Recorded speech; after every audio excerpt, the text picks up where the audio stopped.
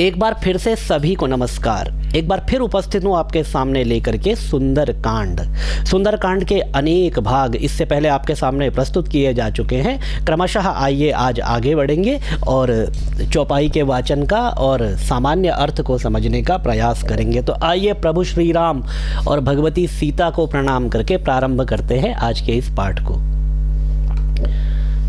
तो यहाँ से हम प्रारंभ करेंगे। अब कहु कुशल जाऊं बलिहारी, अनुज सहित सुख भवन खरारी।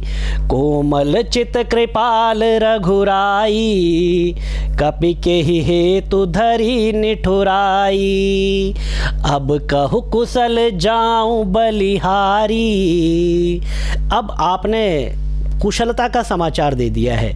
पवन पुत्र मारुति से भगवती सीता यहाँ पर वार्तालाप कर रही है और कहती है कि अब मैं बलिहारी जाती हूँ, क्योंकि आपने जो है यहाँ पर मुझे एक कुशल मंगल का समाचार दे दिया है कि खरारी जो प्रभु खर के शत्रु हैं, ऐसे भगवान श्री राम अपने अनुज सौमित्र के साथ, लक्ष्मण के साथ कुशल पूर्वक हैं। अब कहु कुशल जाऊं बलिहारी। अनुज छोटा भाई छोटे भाई के साथ में सुख भवन खरारी, अत्यंत कुशल पूर्वक हैं। दूसरी बात भगवती सीता यहाँ पर हनुमान से पूछती है, कोमल चित कृपाल रघुराई। कोमल चित कृपाल रघुराई, कपि केहि हेतु धरी निठुराई। हे पवन पुत्र, हे कपिश्रेष्ठ, यह बताइए कि ये जो प्रभु श्री राम हैं, इनका तो स्वभाव ही अत्यंत कोमल है। ये तो कोमल चित्त, अत्यंत कोमल हृदय वाले हैं और कृपालु हैं, कृपा करने वाले हैं। तो ये बताइए कि इन्होंने ये जो मेरे प्रति अभी निष्ठुरता को धारण कर लिया है, अभी तक मेरी सुध नहीं ली, अभी तक मुझे लेने के लिए नहीं आए हैं, इन सब का कारण क्या है? यह पूछते हुए भगवती सीता पवन पुत्र से कहती है, कपि केहि हेतु, हेतु मतलब कारण, कपि केहि हेतु धरी निठुराई। ये निष्ठुरता उन्होंने क्यों धारण कर ली है? आइए आगे देखें इस सुंदर वार्तालाप को। ठीक है, स्क्रीन पर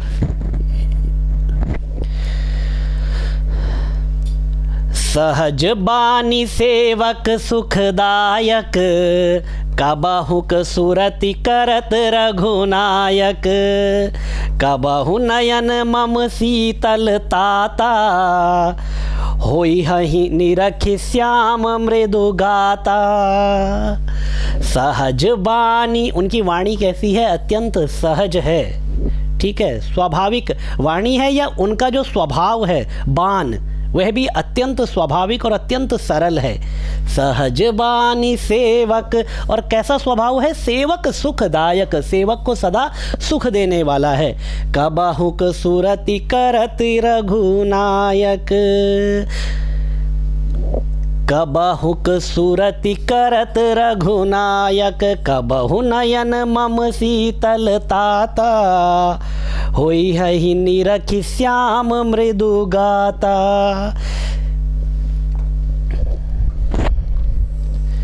अच्छा, ये अर्थ रह गया।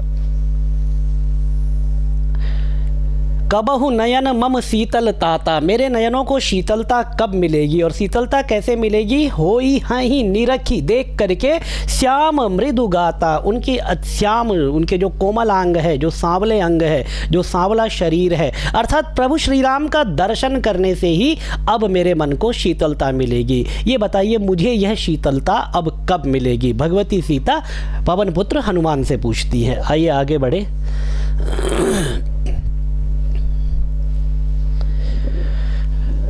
बचनु न, ठीक है, बचनु न आव नयन भरे बारी। हह नाथ हो निपट बिसारी। देखि परम बिरहा कुल सीता, बोला कपि मृदु बचन बिनीता। बचनु न आव नयन भरे बारी, वचन नहीं निकल रखा मुंह से, मुख से शब्द नहीं निकल रहा है। नयन भरे बारी, और नयन आँखों में बवारी, वारी अर्थात जल भरा हुआ है। आह नाथ हो निपट बिसारी, आह नाथ हो निपट बिसारी। निपट मुझे पूरी तरह से भूल गए हैं, निपट बिसारी, पूरी तरह से मुझे प्रभु श्री राम क्या भूल गए हैं। इस तरह से भगवती सीता पवन पुत्र हनुमान से पूछती है। अब हनुमान की क्या दशा होती है? देखी परम बिरहाकुल सीता, सीता को परम बिरहाकुल जान करके, विरह में व्याकुल जान करके, बोला कपि मृदु बचन विनीता। बोला कपि भगवान जो पवन पुत्र हनुमान है वह मृदु, अत्यंत मृदु वाणी में, मधुर वाणी में वचन विनीता, उन्होंने वचन कहे। और वचन कैसे थे? विनीत, अत्यंत विनय के साथ, विनम्रता पूर्वक मधुर वाणी में कुछ वचन कहे। वो वचन क्या थे? आइए उनको आगे देखते हैं।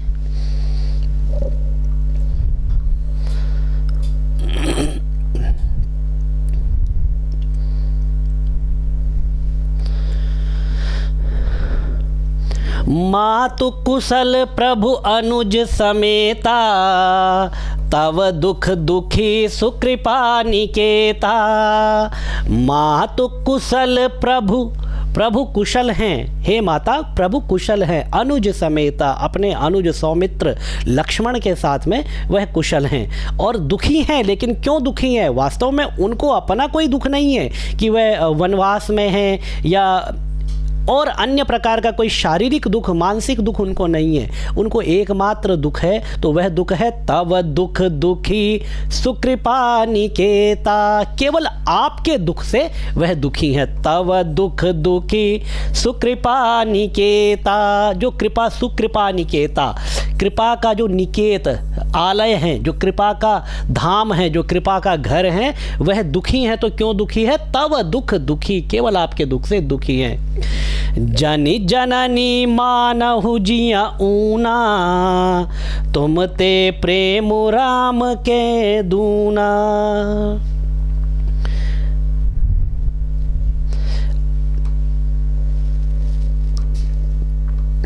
आइए इसके एक बार अर्थ को पढ़ लेते हैं।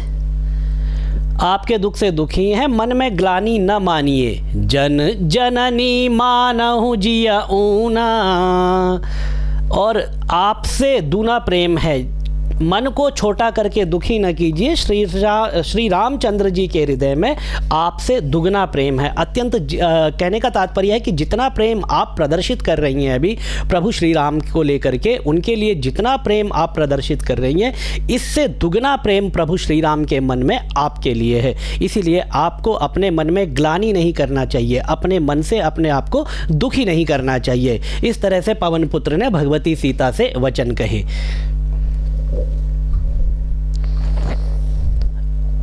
अब जो वास्तविक संदेश है, जो मैसेज है, वो पवन पुत्र कहते हैं, रघुपति कर संदेशु अब सुनु जननी धरि धीर, अस कही कपि गद गद भयऊ भरे विलोचन नीर।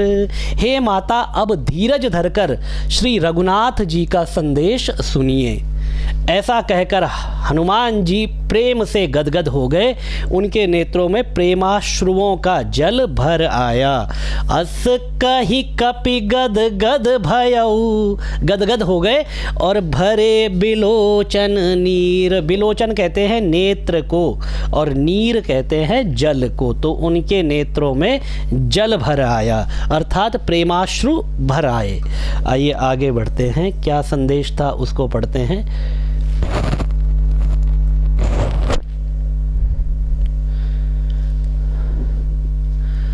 कहे हु राम वियोग तव सीता, मो कहूँ सकल भय विपरीता। नव तरु किस लय मनहु कृसानु, काल निशा सम निशि शशि भानु, कहे हु राम वियोग तव सीता, मोह कहूँ सकल भय विपरीता, नव तरु किस लय मनहु कृसानु, काल निशा सम निशि शशि भानु। हनुमान जी बोले, श्री रामचंद्र जी ने कहा है कि हे सीते, तुम्हारे वियोग में मेरे लिए सभी पदार्थ प्रतिकूल हो गए हैं। प्रतिकूल हो गए हैं अर्थात विपरीत हो गए हैं। सभी पदार्थ जैसा उनका स्वभाव है वह उस तरह से मुझे प्रतीत नहीं हो रहे हैं। अपने स्वभाव के अनुरूप न प्रतीत न होकर के स्वभाव के विपरीत अब मुझे सभी पदार्थ प्रतीत हो रहे हैं। तो सभी पदार्थ मेरे लिए इस समय प्रतिकूल हो गए हैं, विपरीत हो गए हैं। आइए देखिए आगे पढ़ें। नवतरु किसलय मनहु कृसानु, काल निशा सम निशि शशि भानु। नवतरु किसलय, नए तरुओं के जो किसलय जो पत्ते हैं, मनहु कृसानु, अग्नि के समान प्रतीत होने लगे हैं। कृसानु मतलब अग्नि। और काल निशा सम निशि शशि भानु, काल निशा, काल रात्रि के समान हो गए हैं। निशि शशि भानु, शशि, शशि मतलब चंद्रमा और सूर्य, ये काल निशा के समान हो गए हैं। काल रात्रि के समान चंद्रमा और सूर्य हो गए हैं। रात्रि, काल रात्रि के समान, चंद्रमा सूर्य के समान। कहने का तात्पर्य, थोड़ा सा करेक्शन कर लीजिए यहाँ पर, कि काल रात्रि के समान रात्रि हो गई है, और चंद्रमा, कहते हैं कि चंद्रमा की जो शीतलता है वह व्यक्ति को आनंद देती है। लेकिन ये जो चंद्रमा है इस समय मुझे आनंद नहीं दे रहा है, इस समय मेरी अग्नि को और ज़्यादा बढ़ा रहा है, मुझे दुख दे रहा है। तो चंद्रमा इस समय मुझे सूर्य के समान ऊष्मा दे रहा है, सूर्य के समान मुझे प्रताड़ित कर रहा है। इस तरह से भगवान श्री राम के दुख का वर्णन पवन पुत्र यहाँ पर करते हैं।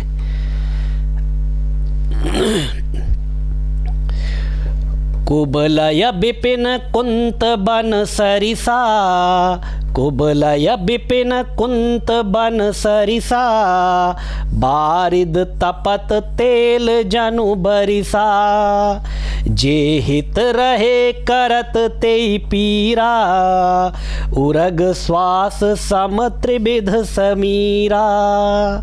कुबलय विपिन कुंत बन सरिसा, बारिद, बारिद कहते हैं बादल को, तपत तेल जनु बरिसा, बारिद तपत तेल जनु बरिसा। यहाँ पर गोस्वामी तुलसीदास के काव्य सौंदर्य को देखिए। बारिद तपत तेल जनु बरिसा, कि बादलों से जो है तेल जनु बरिसा। आइए अर्थ के समय इसको और स्पष्ट देखेंगे। जे हित रहे करत तेई पीरा, उरग श्वास सम त्रिविध समीरा। आइए इसके अर्थ को पढ़ें। अब प्रभु श्री राम अपनी दशा का वर्णन करते हुए कहते हैं, हनुमान भगवती सीता को बता रहे हैं, और पिछले वाले चौपाई से आगे अब और ले लीजिए आप। यहाँ पर ये इस प्रसंग को आगे बढ़ाने के लिए और शब्द है, कमलों के वन भालों के वन के समान हो गए हैं। तो कमल के वन भाले, कमल का फूल आनंद देता है, लेकिन प्रभु श्री राम ने इससे पहले अपने संदेश में कहा है कि सब सारी की सारी चीज़ें अपने स्वभाव के विपरीत हो गई है, विपरीत प्रतिकूल हो गई है। तो जो कमल आनंद देने वाला था वह भालों के समान इस समय मुझे चुभने लगा है, दुख दे रहा है। मेघ मानो खौलता हुआ तेल बरसाने लगे हैं। ये गोस्वामी तुलसीदास का काव्य सौष्ठव है कि जो मेघ है जो कि शीतल जल बरसाते, इस समय ऐसा लगता है जैसे खौलता हुआ तेल मुझ पर बरसाने लगे हैं। और जो हित करने वाले थे वे अब पीड़ा देने लगे हैं। त्रिविध शीतल मंद सुगंध, तीन प्रकार की वायु बहती है। पवन मंद सुगंध शीतल, हेम मंदिर शोभितम, निकट गंगा वहति निर्मल, बद्रीनाथ विशंभरम। ये भगवान बद्रीनाथ की जो आरती है उसमें ये तीनों प्रकार की पवन का जो है उल्लेख किया गया है। तो एक पवन के तीन तरह से पवन जो है व्यक्ति को आनंदित करती है। तो शीतल मंद और सुगंधित पवन होती है। लेकिन ये वायु कैसी हो गई है? प्रभु श्री राम कहते हैं सांप के श्वास के समान इस समय मुझे लगने लगी है, जहरीली और गर्म हो गई है। तो ये समझिए कि दिल्ली की जो एयर पॉल्यूशन है उसकी तरह हो गई है ये इस समय, जहाँ पर जो हम लोगों को जो फील हो रहा है, तो शायद इससे भी अधिक जो जहरीली और गर्म हो गई थी। आइए आगे बढ़ते हैं।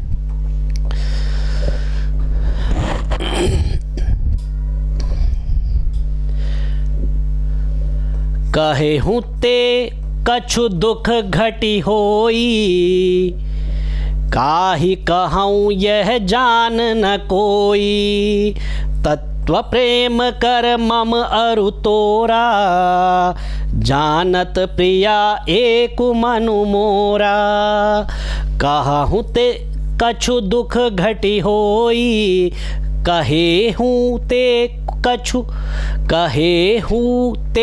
कछु दुख घटी होई, काहि कहूँ यह जान न कोई। तत्व प्रेम कर मम अरु तोरा, जानत प्रिया एक मन मोरा। आइए अर्थ पढ़ते हैं इसका। पिछले सभी वीडियो में अर्थ को जो किया है हमने बिना पढ़े किया है, तो उसमें क्या है व्याख्या थोड़ी लंबी हो जाती है। और आप लोगों का निवेदन है कि वीडियो थोड़ा बड़ा बने, उसमें कंटेंट थोड़ा ज़्यादा होना चाहिए। तो मैं प्रयास कर रहा हूँ जो लिखा हुआ है उसी को थोड़ा सा एक्सप्लेन करके आपको बता करके फिर आगे बढ़ा जाए, तो जिससे कि विषय का विस्तार अधिक ना हो। क्योंकि यदि मैं अपनी तरफ से बोलता हूँ तो वो थोड़ा शायद ज़्यादा हो जाता है, वो उसमें उदाहरण और प्रत्युदाहरण इस तरह से आते हैं कि वो काफ़ी लंबी व्याख्या हो जाती है। तो प्रयास कर रहा हूं व्याख्या को समेटने का, कि केवल जो तत्व है वह आप लोगों तक पहुंच जाए। इसीलिए अब जो लिखा है उस अर्थ को ही थोड़ा सा एक्सपेंड करने की कोशिश कर रहा हूं और बहुत जल्दी जो है आगे की चौपाइयों को आपके सामने लाने का प्रयास कर रहा हूं। आइए आगे बढ़ते हैं। मन का दुख कह डालने पर भी कुछ घट जाता है। जब दुख किसी को बता दो तो दुख घट जाता है, पर कहूँ किससे? प्रभु श्री राम कहते हैं कहूँ किससे, यह दुख कोई जानता नहीं। हे प्रिय, मेरे और तेरे प्रेम का तत्व अर्थात रहस्य एक मेरा मन ही जानता है। प्रभु श्री राम और सीता के जो प्रेम का जो रहस्य है, प्रभु श्री राम कहते हैं कि वह केवल मेरा मन ही जानता है। इस समय वह किस स्थिति से निकल रहा है, इस समय वह कैसा उसको अनुभव हो रहा है, तो अपने प्रेम को बताने का प्रयास करते हैं हनुमान जी के द्वारा कि भगवती सीता को जाकर के यह संदेश देना। आइए आगे बढ़ते हैं।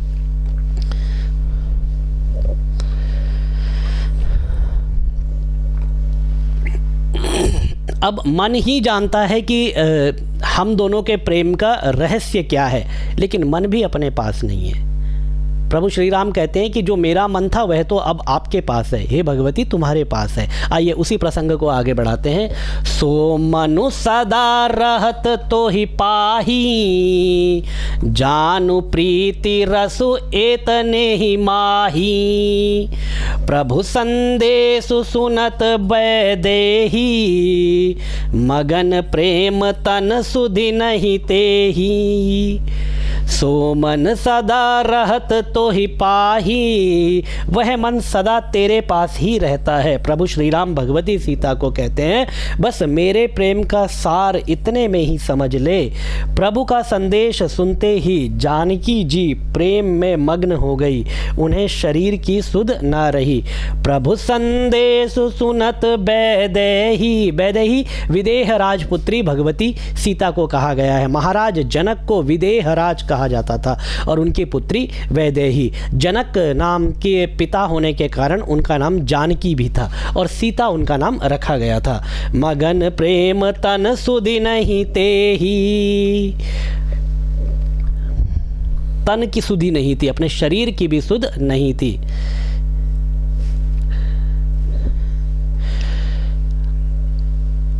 कह कपि हृदय धीर धरु माता, सुमिरि राम सेवक सुखदाता।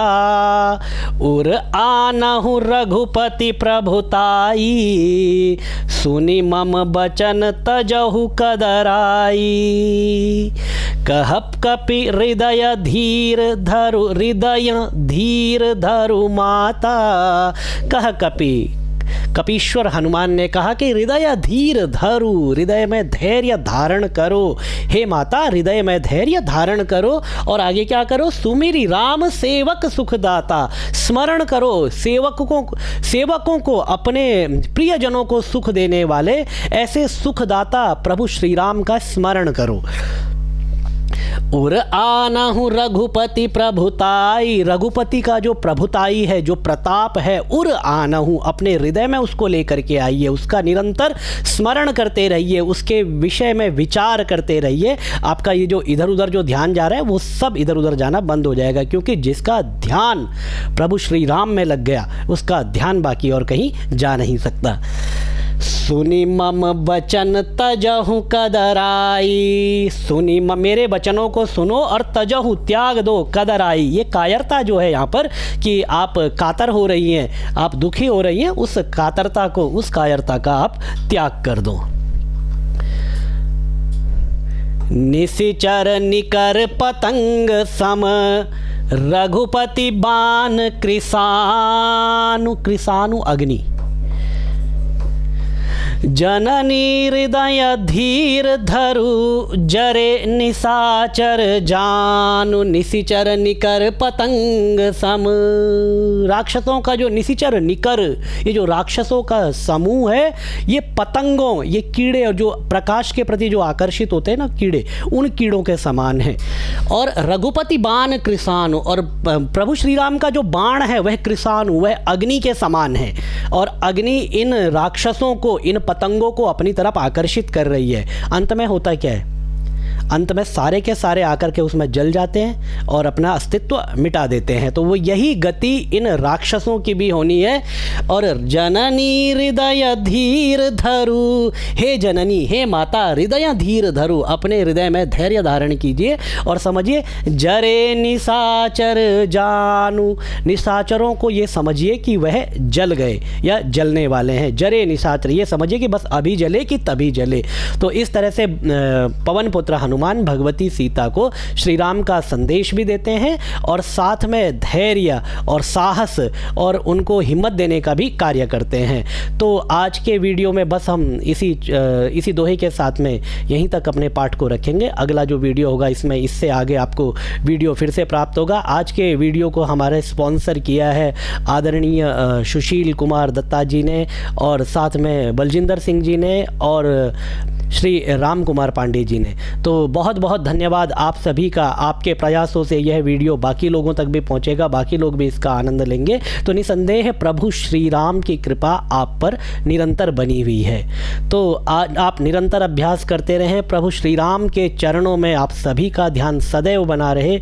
ओम भगवते श्री रामाय नमः।